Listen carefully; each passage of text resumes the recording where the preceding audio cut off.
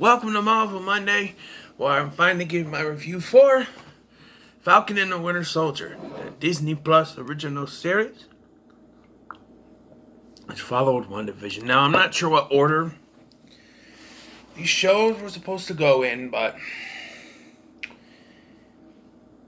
I'm pretty sure this was supposed to come out coincidingly with, shortly after Black Widow.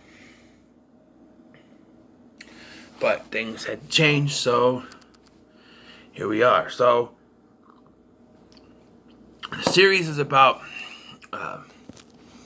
basically what happened with Falcon, Sam Wilson, and Bucky Barnes, the Winter Soldier, after the events of Avengers Endgame.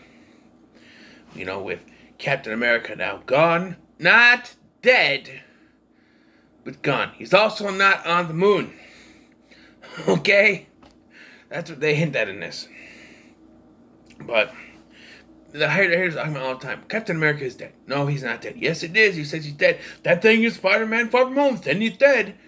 It's just to cover up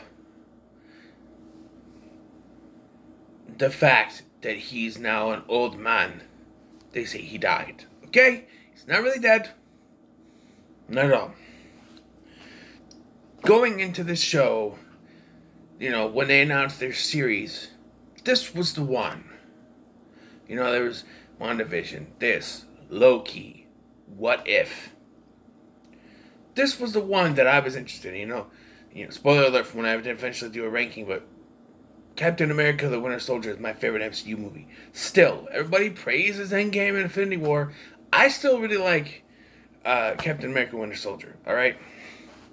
It's my favorite MCU movie. So, and I really like Civil War. So this, you know, it was the show I was waiting for. And we got it. There are some decisions I didn't care for. Such as the trailer blatantly lying to us. And what do I mean by that? I mean that, and that's not a secret that Marvel trailers lie to you. But the trailer we got promoting this show showed to us, plain and simply, that Zemo was going to be the villain of this show. That's not what we got. Zemo was more of an anti-hero than he was a full-on villain in this. The story is, the real villains are actually called the Flag Smashers. They're people who lived during the time when the snap happened, and then when people snapped back, they somehow got pushed out of their homes, and so now they want to go back to the way life was before the snap. They're not actually really bad guys anyway, except for when, you know, one of the Flag Smashers kills someone later on in the series. And we start the series with Sam giving up the shield. Now, it's no secret, I've voiced my problem.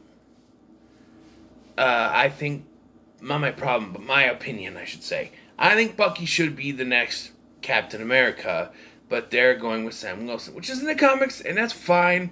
And after this series, I'm all for it. But my opinion was that Bucky should have the shield. He's known Captain America longer. He knew Steve longer. He should have done it. And plain and simple, we find out that, you know, through dialogue, that Steve did tell him. He's like, well, Steve told me what he was going to do. So yes, Bucky did know what was going on when he was on the platform. He knew Cap wasn't coming back.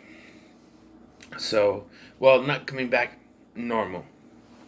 You know, in a sense. So the government, which should not have any control over the shield, that shield should go to Nick Fury. That's who should got the shield. It's property, it's Stark Industries property. It should have went to Pepper Potts. That shield is property of Stark Industries, not the government. It should have went to Pepper Potts. She should have it. It belongs in a museum. It shouldn't have, but the government gets it and gives it to someone else. John Walker, played by Wyatt Russell, Kurt Russell's son, in the object of hate for everyone. I don't hate him, but I see what people were talking about when they say they hate him. He was made for the hate. You're supposed to hate him because he's the guy who has the shield, and he's not really Captain America. My son calls him Big Nose Captain America because he got it. When he wears the helmet, it makes his nose look bigger, I guess. It's a different kind of suit, and yes, he's U.S. agent in the comics, and he does become a U.S. agent by the end, but they give it to him. And Sam immediately gets mad, and it's like, well, you should have not given the shield back, and Bucky had a point there. And you give it up. Bucky, on the other hand, is trying to make amends for all the stuff that he has done. And there's a storyline with this old man in the first episode that really kind of touched me. He's, there's an incident where he killed this guy, and it turns out it's this old guy's son, and he's trying to make amends for it, but the guy doesn't know. And if I want to have a negative for this, it's that they do this in the first episode, and then just ignore it until the final episode, which was action at the beginning of the episode, and then wrap up for the rest of the episode, which it's like they were filming and like, oh, we gotta wrap up this thing with the old man. Let's just tack it on to the end of this episode. We get a bunch of endings anyway, but yes. So yes, and John Walker, U.S. agent, new Captain America, whatever, has a sidekick called Battlestar, played by that guy who's been in everything, but you don't know who he is. He was in Heroes Reborn. He was in an episode of My Babysitter's a Vampire. Clay Bennett, I think is the actor's name. He's been in a lot of things. He's one of those actors where you see him in a lot of things, but you just don't know his name. I think it's Clay Bennett. He doesn't last long, no. He's John Walker's best friend, and he dies a few episodes in. Episode 4? There's only 6 episodes of this. Episode 4, I think he dies at the hands of one of the Flag Smashers. And then here we are going to get into a problem. They let Zemo out. Now, Bucky breaks Zemo out of prison. Yes. So that he can help. Now, here is the biggest problem I have with this show. The Flag Smashers are super soldiers. And there's this some guy making super soldier serum in some country, I don't remember the name. But it's in the same episode they give us the meme of Zemo dancing. So that's fun. But that's my biggest problem, is it makes no sense. In the same universe you have the Incredible Hulk, it makes no sense, because the whole reason the Hulk was made is because they were trying to duplicate the super soldier serum, because Wolfgang Erskine was the only, or Dr. Erskine, I don't know if Wolfgang, but Dr. Erskine was the only one who knew the formula. Now some random dude in Madripoor knows how to make the secret soldier serum? Bullshit. And now you got all these people, no. And then Walker takes the super soldier serum and he kills someone. And there are people with the cameras. It's 2023 where this takes place. And yes, it is 2023. No, 2024. It takes place at the same exact time as WandaVision is taking place, okay?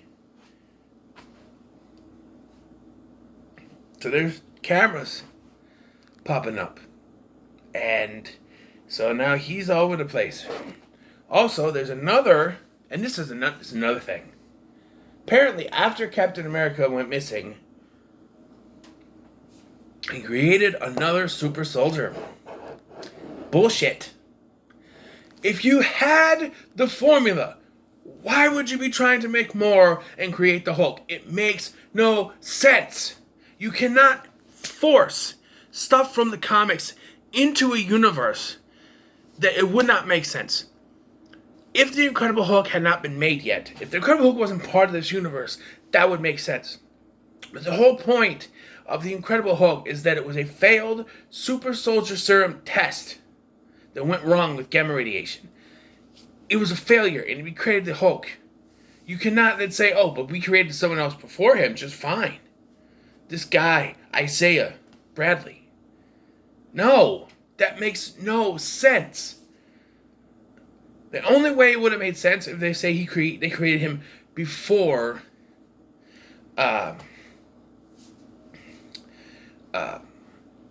before Steve. He was the first one. But he's not. He was made after him. And they used this Isaiah character because this Isaiah character, he's black. So they use this because we gotta be all, political with our movies now. We can't just make movies just to entertain people. No, we gotta have politics in there. Because he can't just be the new Captain America. He's gotta be the black Captain America. Yep, that's what it's all about. And that's Isaiah's argument. They will never accept a black Captain America. That shouldn't be the point. It shouldn't be a point that he's Black Captain America, just that he's the new one. And, when he finally gets his new Captain America suit, which has wings, which is, I guess, from the comics, but he still knows Captain America, and he's flying around, and he's beating people up, and then he goes to Isaiah. He goes to see him, and he goes, Black Captain America. So, Black Captain America. Damn right. I'm like, no, you missed the point. The point is not saying, hey, see, that's not the show saying, respect to a Black Captain America. That's Disney saying, look, we're cool. We got a Black Captain America now. We're so cool. And that's why they chose to go with Sam Wilson and not Bucky Barnes. Because they wanted to be cool. They wanted to be progressive. And they wanted to say, look, we're cool. We're Marvel. We're Disney. We're cool. We got Black Captain America now. You had your own... And you can't say it's because Chadwick Boseman died, because this was set forth before then. I'm not... Hey, don't get this misconstrued, alright? I'm not against it. I'm not against having African American superheroes, Hispanic superheroes, Indian, Native American superheroes. I'm not against it. By all means, do it. But don't do it. Do it for the right reasons. Don't do it because you want to say, hey, look, we're progressive. We're cool. We got a black superhero. No. Do it to entertain people. Do it to show people that they can be actual superheroes, not because we want to be cool. And that's what Disney gets wrong every damn time they try this. Is they want to make a political statement with their movies, and that's not what it's about. It's about entertaining people, not making political statements. Besides that, take that, throw it over there. This show, I thought, was decent. The villains weren't really villains. They were anti-heroes of their own. Zemo, showing us that Zemo was going to be the villain, even giving him his mask, was a mislead because he ends up going to the draft. But it does set up things. There's this person played by Julia Louis-Dreyfus, Contessa Teresa